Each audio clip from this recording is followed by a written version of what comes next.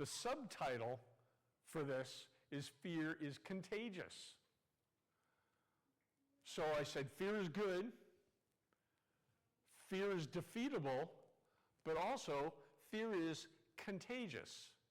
And the problem is that if I'm I'm afraid, one combination of those words, and you're looking at me as the man of strength, you're going to say, well, if he's in fear, then I probably should be in fear. So the deal is that when you're afraid, I'm not asking you to hide your fear. I'm asking you to either strengthen yourself or disengage yourself from the situation. You don't want to bring down the people that are committed and convinced that they can do whatever it is that needs to be done. And in this particular situation, God told those that are afraid, go home. Regain your strength. Regain your faith. But don't hang around here, because these guys have faith, these guys have prayed, these guys don't have the fear that you have, and they're ready to go. They're ready to do. They're ready to perform. They're ready to act. So he says, you're afraid? Go home.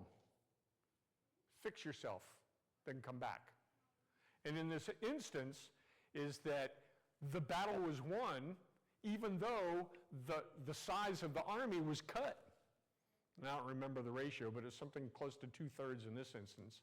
He had a smaller army to go into the battle, but the army were all people that were committed to do what needed to be done. So there's fear is contagious. I go to Judges 7, verse 3. And it's the same message here, is that whoever is fearful and trembling, let him return home and hurry away from Mount Gilead. We've got the same deal going on. Gideon had a huge army, and it got cut down, and it got cut down again, because God was saying, we don't need those that are afraid to go forward. They're going to make a mistake. They're going to do something wrong. They're going to freeze up. So that fear is contagious, but it's also, fear is harmful, because those people that were afraid might not do the job to the best of their ability because they're afraid of what's going on. So we send people away because they're anxious. We send people away because they may not be able to perform.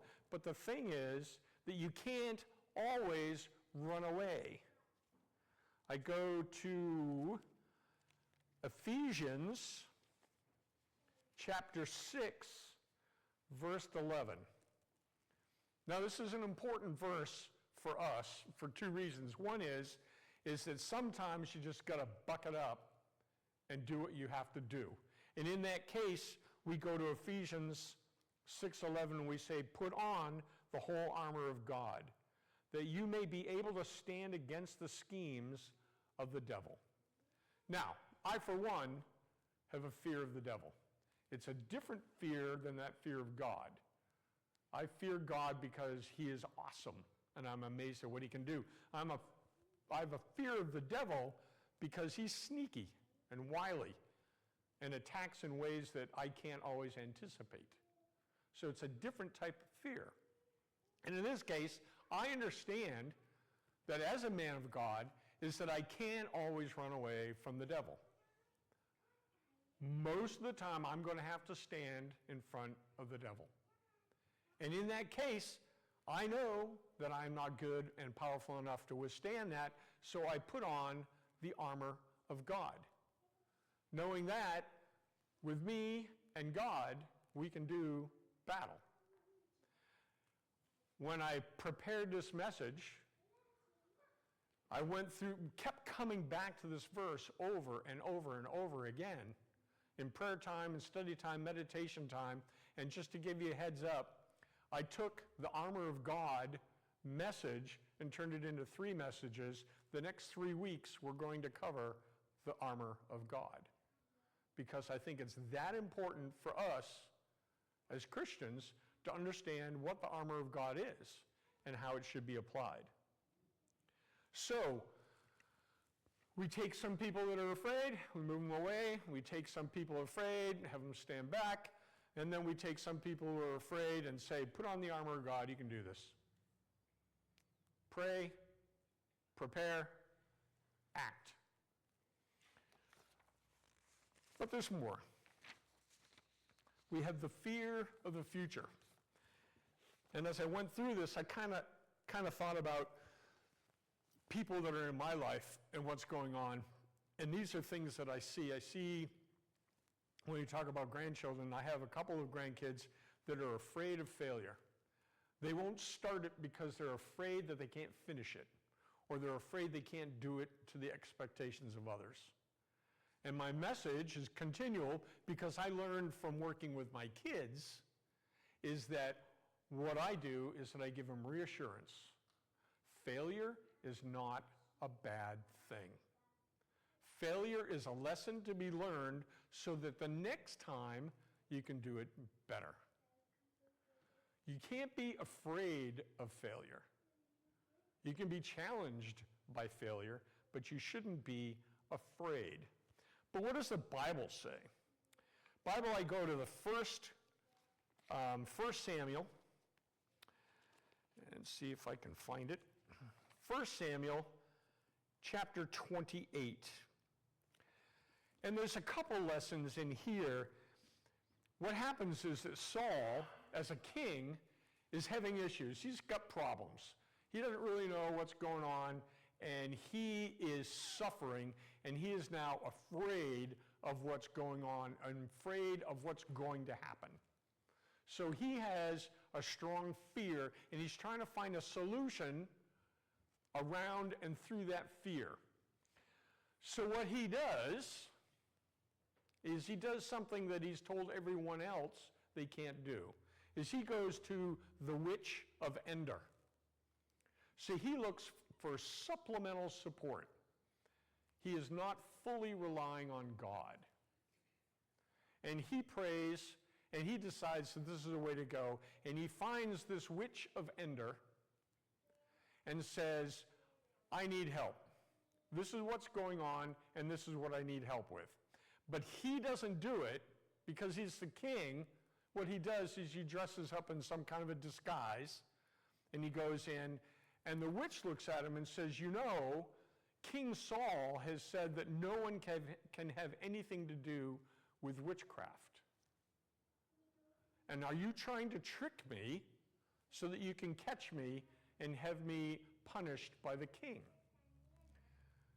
And Saul said, no, I would never try and entrap anybody. I would never try and do that to somebody. No, I'm just looking for this advice for a friend. And the witch says, okay, well, this is what I see. And she goes into the story of what she sees, and it's not all good stuff. And he sits there, and she says, what are you going to do with this?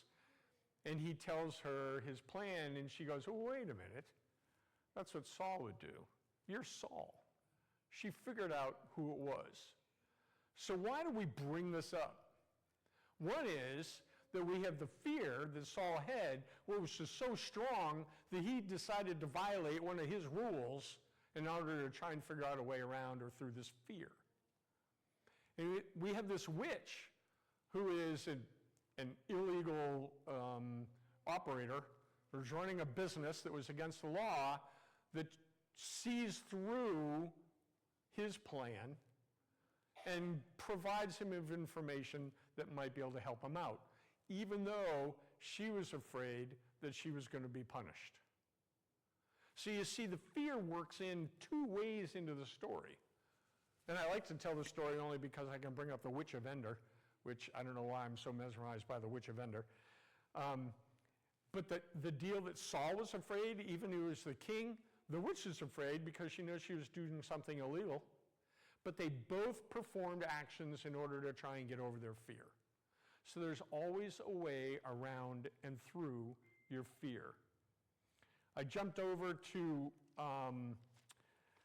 Matthew chapter 6, and it's verse 34 specifically. And I had it marked up, and there it is. And in Matthew 6, verse 34, it says, "No one can serve two masters, for either he will hate the one and love the other, or he will be devoted to the one and despise the others. You cannot serve God and money." Now, I pull this out because I said that there's a battle going on with the fear. You've got to decide where you are and where you stand with your fear. Are you going to stand up to the fear? Are you going to back off? Are you going to put up on the full armor of God? And in here, it's that you've got to figure out who's in control and who's in charge. And the person of faith is going to say, I have faith in God. And when you have a fear, you lay that fear before God and expect, anticipate, and answer in response as to how do I handle that fear. So the deal here is that the fear of the future is not necessarily something that you want to battle, because there's a clause in there that says the future's got enough problems of its own. You worry about today.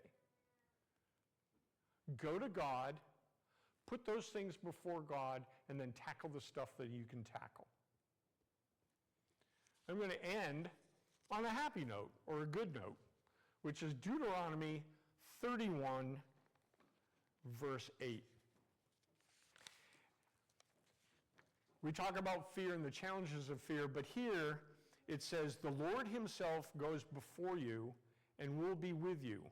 He will never leave you nor forsake you. Do not be afraid. Do not be discouraged."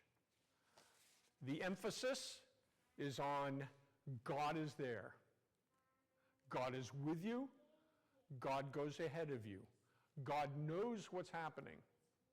If you have fear, give it to God. God already knows what you're suffering. God already knows what's going to happen. God can provide a path forward through or around that fear. So whenever you face fear, don't be afraid of the fear. Have a fear of God that he can tackle your fear. Is there enough fear words in there? Sometimes I talk like Paul. This goes around in little circles, but it always comes back. Don't be afraid. Tackle it. Fear is good. Fear will make you stronger.